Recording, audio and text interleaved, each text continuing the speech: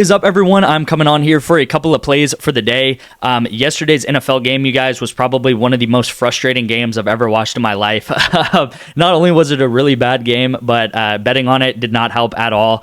The 49ers, we needed them to be winning that game. We needed them to win the game because as they're winning the game, they're going to throw the ball less, right? We know teams, when they win games, they run the ball. They run the clock out, and we needed the Rams to be behind because we took them over pass attempts and over receptions. So we need them to be behind to pass the ball more in that game. Now, what frustrated me about the game, not only was it really bad, was the 49ers had so many missed opportunities. I mean, the Rams, I think they had 25 passing yards in that first half. Matt Stafford, obviously there's that big Deebo Samuel kind of thing that went viral where he dropped a ball. If you guys haven't seen it, he literally complains about his team not getting him the ball enough, and then he drops a wide open touchdown pretty much that would have sent them ahead in this game. But what really frustrated me is the dropped interceptions in the first quarter. Matt Stafford threw about three what should have been picks, and they just dropped the ball. They could have returned it to probably the red zone, if not a pick six. That would have sent the 49ers up in this game. That would have just give them momentum and not caused Brock Purdy to have to throw very much if they're making defensive plays. And that didn't happen, right? Pretty much like so many things where the Rams should have got punished, they just got bailed out, and the 49ers could not capitalize on these mistakes right here. So honestly, I thought the 49ers were better. I thought the 49ers were going to be better. They have a lot of their core back other than McCaffrey, and they're past Super Bowl contenders, right? And they haven't even, they're not even going to make the playoffs this year. So that really is just super frustrating, like how they just completely were honestly handed the game and they couldn't do anything with it. So Brock Purdy, he goes over by one pass attempt. Jawan Jennings, he goes over by one receiving target. The play that sent this over was Brock Purdy throwing an interception, and that interception ended up being to Jawan Jennings. So Jawan Jennings was just happened to be in the area, so they count it as the receiving target for him, but Brock Purdy obviously throws into like quadruple coverage. That ends up being the reception. I mean, just very frustrating, a lot of these like events that have been occurring, and like these four-mans just have not been hitting for us, which is really frustrating, you guys. Overall, though, we'll be good. We'll be good. Don't worry about it.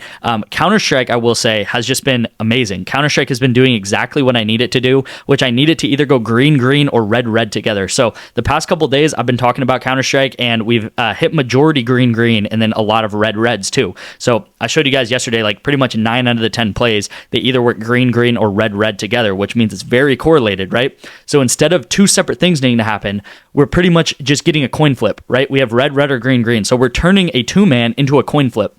And we're getting paid 3x for it, right? So normally if you flip a coin, you'd probably have even odds, right? You'd maybe double your money or lose your money. Now we're turning these Counter-Strike two-mans into coin flips to where you're actually tripling your money if these coin flips hit for you. So it's like if you flip a coin and these things go red, red, or green, green together, and we're tripling your money, right? So that's going to work out for us.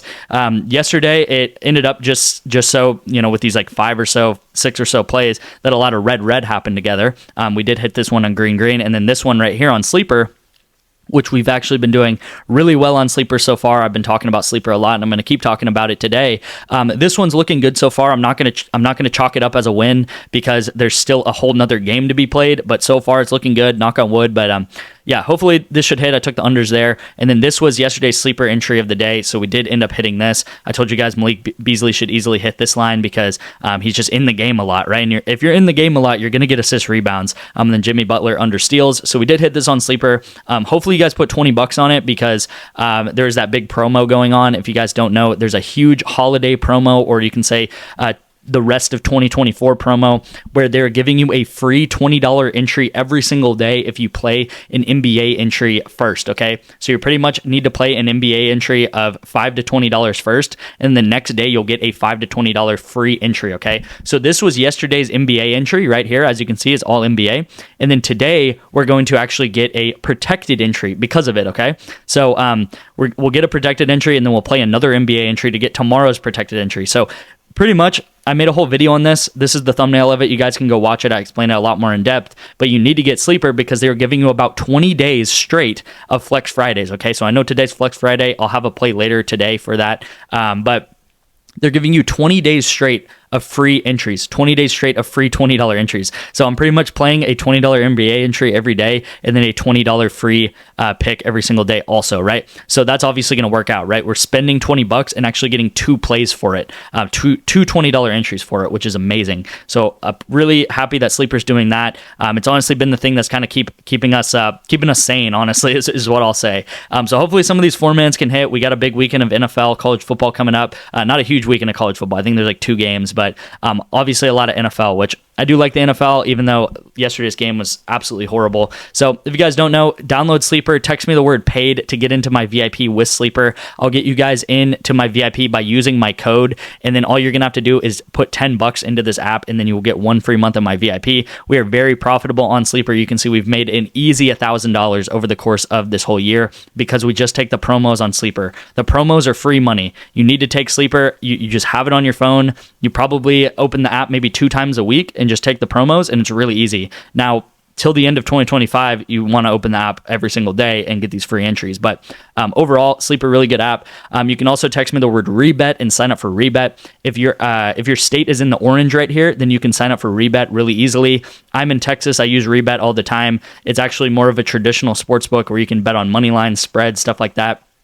I think you do need to have an iPhone for it. So if you have an iPhone and your state is in the orange, you can do that. If you do not have an iPhone and maybe your state wasn't in the orange, you can text me the word parlay and get parlay play really easily. Again, so multiple ways to get my VIP for free for a couple of months. And this is the overall performance of the VIP over the course of about 6 months, you guys. So close to 400 units in 6 months. Obviously, really, really good. Like I said, over the long period of time, if you're turning coin flips into 3x entries with correlation or 4-mans, this is going to pay out, right? So we've had a little bit of a just an unlucky streak, you guys, as you saw, right? We could have easily the game could have went the other way, and we could have easily cashed both of those entries for 9x or 10x, whatever it was. So obviously, I've been talking about Sleeper a lot. Gonna go back to it because we need to play an NBA entry to then get a free entry tomorrow, right? So this entry right here is going to pay for 2 entries. It's going to pay for itself, and it's going to pay for the entry, the free entry tomorrow, right? So if we cash one of these, we're pretty much turning.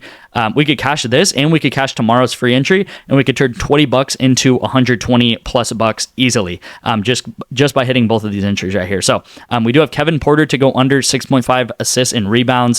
And then we got Roy Hamachimura to go under 21.5 points, rebounds, assists. I really like this play right here with Roy right here because he does not perform very well against good teams. Okay, so Timberwolves, they're a really good team. He doesn't perform very well against good teams. Now, if it's something like the Pistons or something, he does normally get a lot of points. He gets a lot of play time. But good teams, they try to focus up on good teams, and he normally only gets like maybe 9-10 points.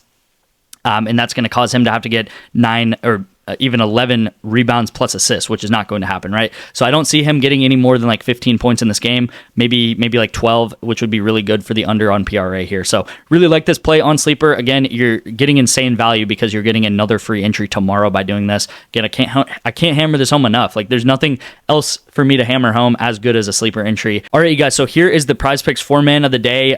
Hopefully we can hit one of these. As you saw, we got really close yesterday in these entries for Thursday Night Football, but we need football to come through. We've been doing really well on eSports as far as correlation goes. So we do have Call of Duty correlation up here at the top.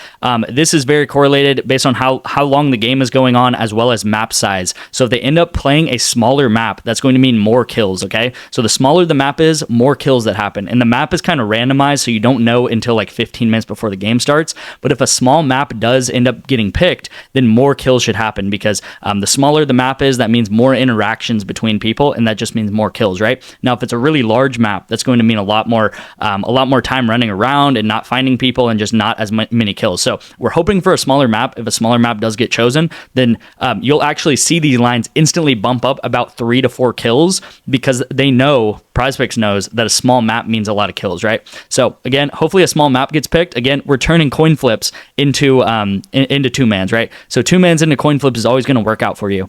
And then again, we have the Army-Navy game coming on this weekend. I actually really like this game for the unders because these teams run an insane amount, okay? Pretty much you can't even comprehend how many times these teams run the ball with their quarterback and the triple option, stuff like this.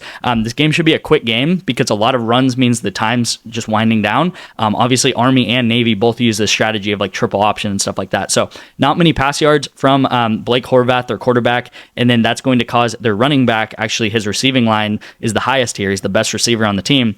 Eli Hederich to go under his receiving yards too. So very correlated here down here at the bottom. Again, if they're not throwing very much, these guys throw maybe 10 times a game, okay? So if they only throw 10 times a game, that's not going to mean that they get many pass yards here.